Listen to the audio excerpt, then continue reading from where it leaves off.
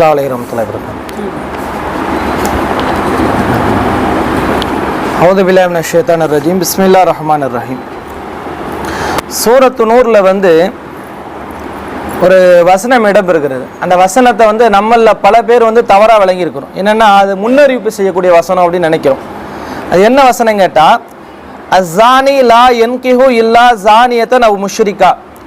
ஒரு விபச்சாரன் ஒரு விபச்சாரியோ அல்லது இணை வைக்கக்கூடியவளை தவிர வேற யாரையும் மணக்க மாட்டான். ஒரு விபச்சாரம் செய்யக்கூடியவன் ஒரு விபச்சாரியோ அல்லது இணை வைக்கக்கூடியவளை தவிர்த்து வேற யாரையும் திருமணம் முடிக்க மாட்டான். வஸானியத்து லா யன்கிஹுஹா இல்லா ஜானின் அவ் முஷ்ரிக். ஒரு விபச்சாரி ஒரு விபச்சாரனையோ அல்லது இணை வைக்கக்கூடியவனையை தவிர வேற யாரையும் திருமணம் முடிக்க மாட்டாள்.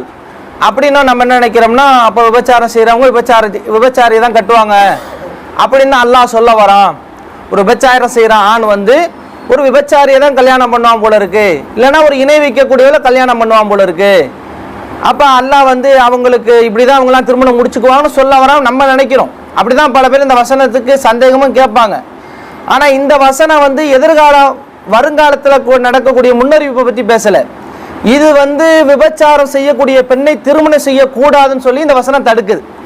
அதாவது ஒரு விபச்சாரன் ஒரு விபச்சாரி இருக்கிறான்னு வைங்களேன், அவளை போய் நம்ம கல்யாணம் பண்ணக்கூடாது. நான் ஒரு ஒழுக்கம் உள்ள ஒரு மூமினான ஆண்கள் என்ன செய்யக்கூடாதுன்னா ஒரு விபச்சாரியை கல்யாணம் பண்ணக்கூடாது.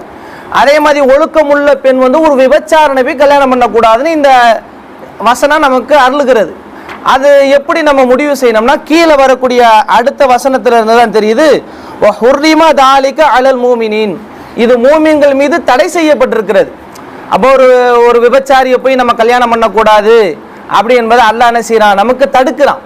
அதே மாதிரி ஒரு விபச்சாரனப்போ ஒரு நல்ல பொண்ணை கொண்டு போய் ஒரு விபச்சாரனுக்கு கல்யாணம் பண்ணி கொடுத்துடக்கூடாது. அதே தொழிலா இருக்கிறாங்க இல்லையா, அவங்களுக்கு போய் இந்த வேலையை செஞ்சு கொடுத்துடக்கூடாது.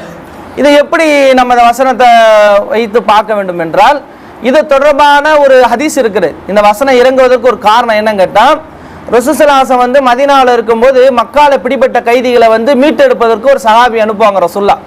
அவர் பேர் மர்சத். அவர் பேர் மர்சத் என்ற சஹாபியை அனுப்பி வைப்பாங்க ரசூலுல்லாஹ். அவர் போய் என்ன செய்வார், மக்கால பிடிபட்டிருக்கக்கூடிய கைதிகளை போய் நைட்டோட நைட்டாக தூக்கிட்டு வருவார். தூக்கிட்டு வரக்கூடிய சமயத்தில் மக்கால ஏற்கனவே காதலியாக இருந்தால் ஒரு பெண்மணி மக்கால இருக்கும்போது மர்சத் என்ற சஹாபிக்கும் ஒரு இணை வைப்பாளுக்கும் ஒரு காதல் ஒன்று இருந்தது.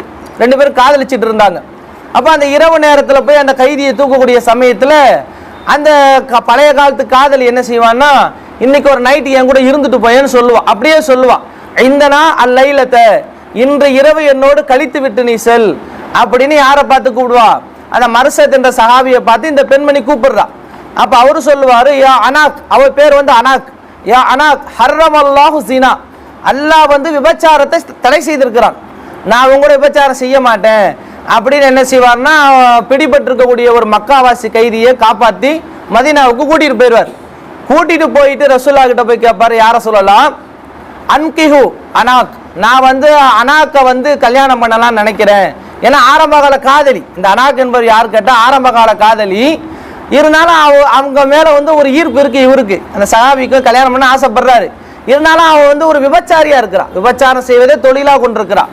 அப்ப ரசூலுல்லாஹ் கிட்ட இந்த கேள்வியை கேட்டவுடனே ரசூலுல்லாஹ் அதுக்கு எந்த பதிலுமே சொல்லலை, அமைதியா இருக்கிறாங்க ரசூலுல்லாஹ். அப்பதான் அல்லாஹ் ரப்பல் ஆலமீன் இந்த வசனத்தை இறக்குறான். என்ன வசனம் அது, அஸ்ஸானி லா யன்கிஹு இல்லா ஜானியத்தன் அவ் முஷ்ரிகா. ஒரு விபச்சாரன் ஒரு விபச்சாரியோ அல்லது இணை வைக்கிறோ தவிர திருமணம் முடிக்க மாட்டான். அதே மாதிரி ஒரு விபச்சாரி ஒரு விபச்சாரனையோ அல்லது அல்லாஹ்வுக்கு இணை வைக்கக்கூடியவனை தவிர வேற யாரையும் திருமணம் முடிக்க மாட்டான் அப்படின்னு சொல்லிட்டு இது மூமின்கள் மீது தடை செய்யப்பட்டிருக்கிறது. அப்போ அந்த சஹாபிக்கு ரசூல் என்ன சொல்றாங்க, ஒரு விபச்சாரியை போய் நீ கல்யாணம் முடிக்கிறது உனக்கு மார்க்கத்தில் தடுக்கப்பட்டிருக்கிறது அப்படின்னு நபிகள் நாயகம் ஸல்லல்லாஹு அலைஹி சொல்றாங்க. அது திருமிதி அபுதாவுத் போன்ற ஹதீஸ் கிரந்தங்கள்ல அந்த ஹதீஸ் பதிவு செய்யப்பட்டிருக்கு.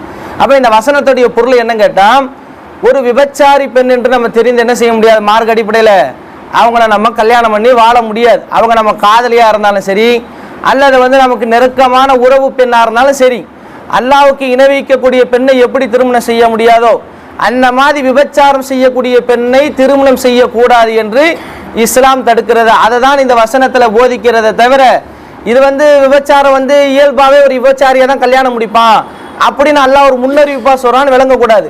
விபச்சாரம் செய்யக்கூடிய ஆண்களையும் நம்ம பெண்ணுக்கு கல்யாணம் பண்ணி வைக்க கூடாது, விபச்சாரம் செய்யக்கூடிய பெண்ணையும் நம்ம என்ன செய்யக்கூடாது, கல்யாணம் பண்ணக்கூடாது என்பதுதான் இந்த வசனம் நமக்கு அறிவுறுத்துகிறது. இன்ஷா அல்லாஹ் நாடினா இன்னொரு வசனத்துக்கு விளக்கத்தை நாளை பார்ப்போம். வாஹ்ரு தாவானா அல்ஹம்துலில்லாஹி ரப்பில் ஆலமீன். அஸ்ஸலாமு அலைக்கும் வரஹ்மத்துல்லாஹி வபரகாத்துஹு.